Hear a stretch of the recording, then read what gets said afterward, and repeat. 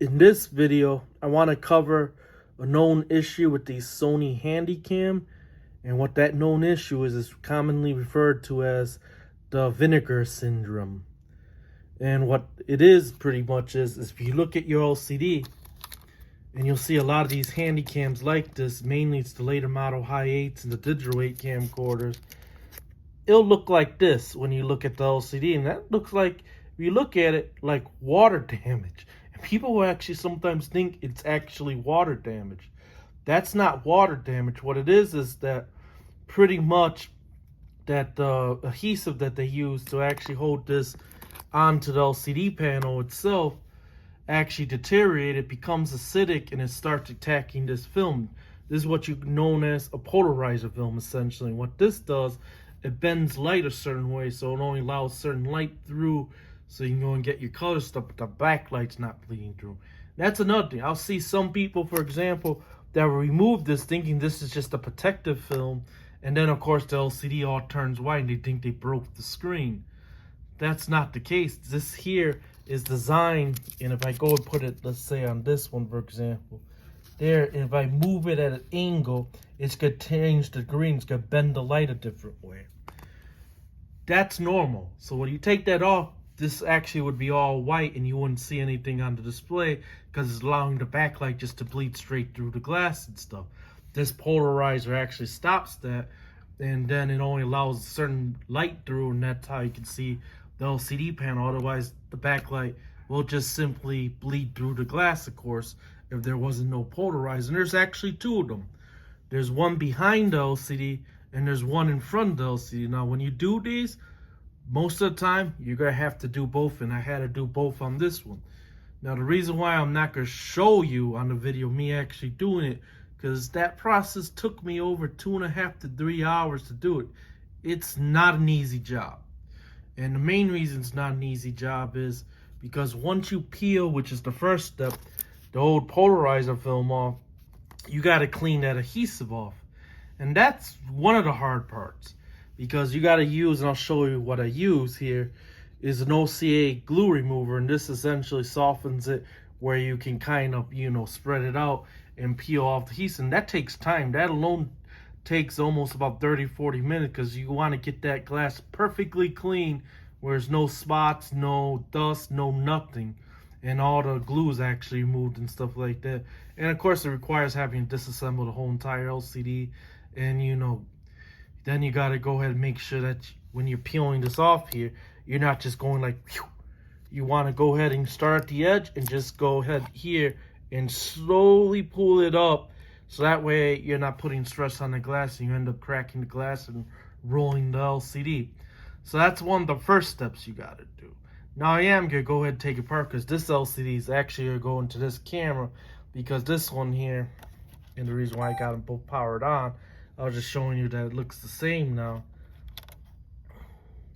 Here, this is the good camera, but you can see there, that one's starting to do it. And you can see there's some blotches right there. It's not just the coating, because they do put a UV coating and also to keep a coating to keep fingerprints and stuff off. But you can see there, it is starting to have that vinegar syndrome. It's just going to get worse. This is the one I just did, and this is my parts camera. The reason why I use this as the tester, because I had to align the angle. Now to align the angle, you'll get a big sheet, the polarizer film, and it's, goes from 0 to 135 degrees. And essentially what you could do as you're testing it, you first got to remove the old, of course, polarizer film. And then you got to go ahead and put the new sheet against, and then you got to tilt it until you get the alignment just right, to where you see the color comes in nice and clear. It's not washed out or saturated or anything. And that's showing you proper colors, not like inverted colors and stuff. And then once you get the alignment right, then you go ahead and actually, of course, cut the shape of the LCD to the size you need and stuff like that, at that angle, of course. And then you're going to apply the new one, and apply the new one. It's difficult because you got to make sure you don't get dust in between and everything. You can see there's absolutely no bubble. The dust obviously is on the outside, not on the inside. But yeah, you got to make sure it's dust free, of course. And when you do it, you're gonna go ahead and take pretty much, let me see, I have something, but let's just pretend this is a card right here. And you're essentially gonna take your credit card or whatever, and because you're gonna have this LCD panel, and you're slowly, as you're applying it, you're gonna go ahead with a flat edge, just go straight across. Of course, you don't peel off the protective layer on the top part till you're done, because you're gonna use the credit card to kind of slide across it to keep bubbles out and stuff like that. And then apply the new, of course, polarizer on there, and you should have no bubbles so long as you clean the LCD good and stuff. And then you're gonna go ahead and do the back and stuff. The reason why you want to do one at a time, not both at the same time, is because you got to get that alignment. That alignment is very critical, because if you don't get it right, then obviously your colors are gonna be off, and then it's gonna be dim, and it's just not gonna look right. So make sure you get the degree angle when you have your film and you're turning it the way that you mark it to where the alignment is. And once you mark it, then of course you draw an outline of the screen and then cut the film exactly to the screen you have and stuff. And it's a pretty intensive process. So let me go ahead and get this one part, because I want to get the LCD that was in this one back in this one. This one I pulled out of a 280. I did that because at the time I had the polarizer film and stuff. So now that I fixed that one, I'm going to go ahead and put it back in this camera, and I'll show you how the LCD layers are made of. So here's both the LCD panels out. And essentially what you're going to do is you remove the 4 screws in the front to split the halves. And once you get to the point where you get to the hinge part, which is going to be right back here, you can remove the 2 screws for the hinges. Make sure you lift this tab up to pull this cable out, and then you can take the whole entire LCD panel completely out and stuff and disassemble it. Now you do want to have it to the point where you can plug it back in, because when you're lining the polarizer, you're going to want to have the LCD powered on and stuff like that, so you can get the degree angle right. Otherwise you're not going to be able to line the new polarizer correctly and so forth. So you do want to pretty much take this out of the frame. And the reason why you do have to take this apart first, and you can't just peel it from this side, let's say, and I'll show you. Let's go ahead and take that out there, because you can see that polarizer film right there goes right at that very edge, and of course this blocks it. So you have to take this out to peel off the old polarizer to be able to put your new polarizer sheet up there to be able to line it, because you don't want to have the old polarizer in the way and stuff when you're trying to figure out the alignment of the new polarizer. So you do got to disassemble this, and you, like I said, you want to start at this edge here and just peel off slowly till you get the whole entire polarizer completely off and stuff. And then once you do that, you gotta go ahead and take this frame apart, and you can take the backlight. This here is the backlight part, by the way, and this here is the LCD. And you want to go ahead and lift up where those clips to get past this clip to take this top frame out, so you can go and get the LCD completely out. And then you go ahead and use your OCA with a brush, apply it, let it sit for a little bit, and then you're take your finger and kind of work that glue off that glass there. And that's going to be a process. That's the part that's going to take about 30-40 minutes to get it completely off. And then you can use 91% isopropyl alcohol to go and clean off any residue and stuff, and then use Windex to clean the glass. And then once you do that, then you want to reassemble this whole thing back together. And then you're take your new polarizer film, and with the glue backing towards the LCD, so make sure that the side where the glue, when you get ready to put it on, the glue side's gonna be towards the LCD, and then the front part's gonna be the shiny part of the polarizer, which is gonna have protective film as well. So you gotta figure out which side has the glue side on it. And then you're gonna put that on the LCD as it's powered on, and you're going to rotate the axis till you get the right angle. And once you get the colors and stuff, you mark that angle, of course, and then you draw an outline for when you're gonna go and put the new polarizer on there. And then, like I said, on these, there's 2.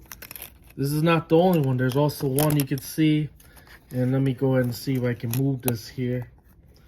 There's one on this back side. You can kind of see it right there too.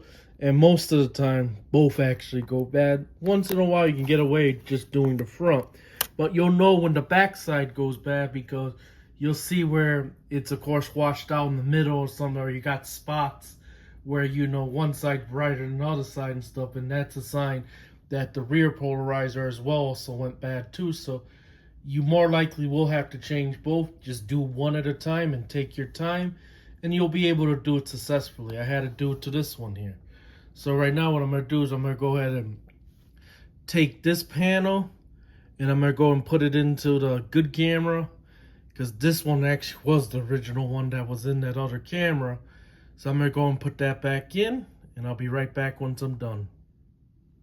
So this is what it should look like once you applied the new polarizers on there. And this took 3-4 attempts. It was not easy. When I mean it took me 3 hours, it did. But as you can see, there's absolutely not a single bubble. And it's nice and clean, which is what you want to do. So when you get ready to apply the polarizer, like I said, to keep from getting bubbles and stuff, for a screen this small, typically I'll use a credit card. And then what you want to do is you leave the protective film that's on the top of the polarizer still on, but then as you get ready to put the polarizer actually onto the glass, then you start peeling the one that goes to the back where the glue side is, and you kind of roll it over. So as you're applying it, you're using the credit card to put pressure down so you get no bubbles and you work all the bubbles out, and you're pulling that protective film on the glue side off completely till you get all the way to the edge, and you'll get typically no bubbles and a nice clean install, so long as of course you clean the screen appropriately and you're not doing it in a very dusty environment or something. But that's what it should look like after all said and done. Looks like a brand new LCD. And we'll go ahead and turn it on, and you can see there, nice and clean. We got all our colors. And yes, this was the camcorder that actually had the bad CCD, and I actually replaced the CCD on it. I actually did a full restoration on this camcorder. So I'll go and show you what video looks like. Okay, did I turn it off or on? Okay, now we're on play. There you go. And then we'll push play. And you can see how video looks.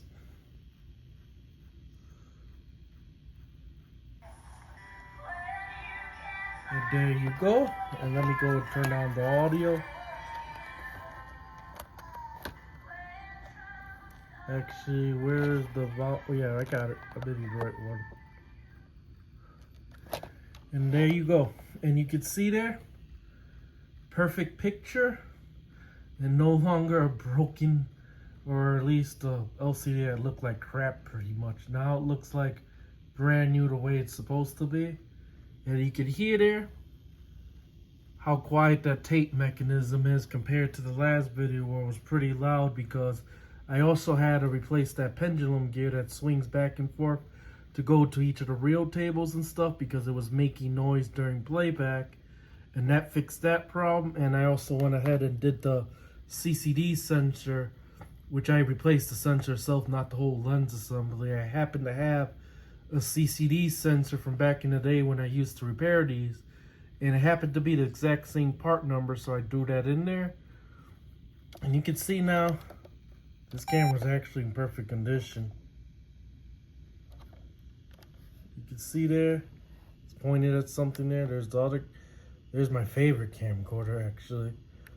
But yeah, she works perfectly now. So that's pretty much covers at least on what you need to do if you do find one with the Vinegar syndrome. I may down the road do a video if I can get one done quick enough to actually show you how to peel off the thing and lay the new polarizer film on, but I'm not 100% sure I'm going to do that because it's a very long and tedious process, and in all honesty I don't want to screw it up. That's the reason why I did it off camera and stuff like that, because I don't want to end up getting bubbles and stuff because I'm too busy looking at the camera instead of focusing on the work I'm doing, you know. So that's why I didn't do it, and no one wants to watch 2 hours of you pretty much cutting polarizers and then having to redo it because you messed up, because it took me 3 attempts to do this. The first time around I got bubbles, second time around I cut it uneven, and then finally I got it the third time around. Now typically how they do this when you do repair LCDs, like on a larger scale, you use what you call a vacuum machine, which takes the bubble out, puts it heat, and it also puts it under a vacuum, which is what removes the bubble when you're doing these on a larger scale and stuff like it. But if you're trying to do these manually, they suck to do. I'm not gonna lie. But there you go, and this concludes the video. And this one was actually the TRV328 Handycam that I actually showed on the last video when I was showing you how to do the flex cables on the transport and stuff, and I used the other one as a player. And if you remember that video, you knew that the CCD didn't work on it, and also the transport itself was loud compared to how it is now, where it's nice and silent. And I figure I'll go and show you how it's reassembled pretty much, because I didn't show it being taken apart. And you can see here the PCB board with its frame sits on top of the backlight. This end here slots into that slot right there. And as far as the hinge goes and stuff, the frame part sits on the bottom of it. You can see there's a peg to align it. And then this frame assembly actually slots into the two slide slots right there. And it sits on top of that. And the cable here goes under that, of course, and there's a space for it. That it's pretty obvious pretty much. But here's the PCB board. You can see here, this is the backlight section. And then this here is for the LCD controller. But there you go pretty much.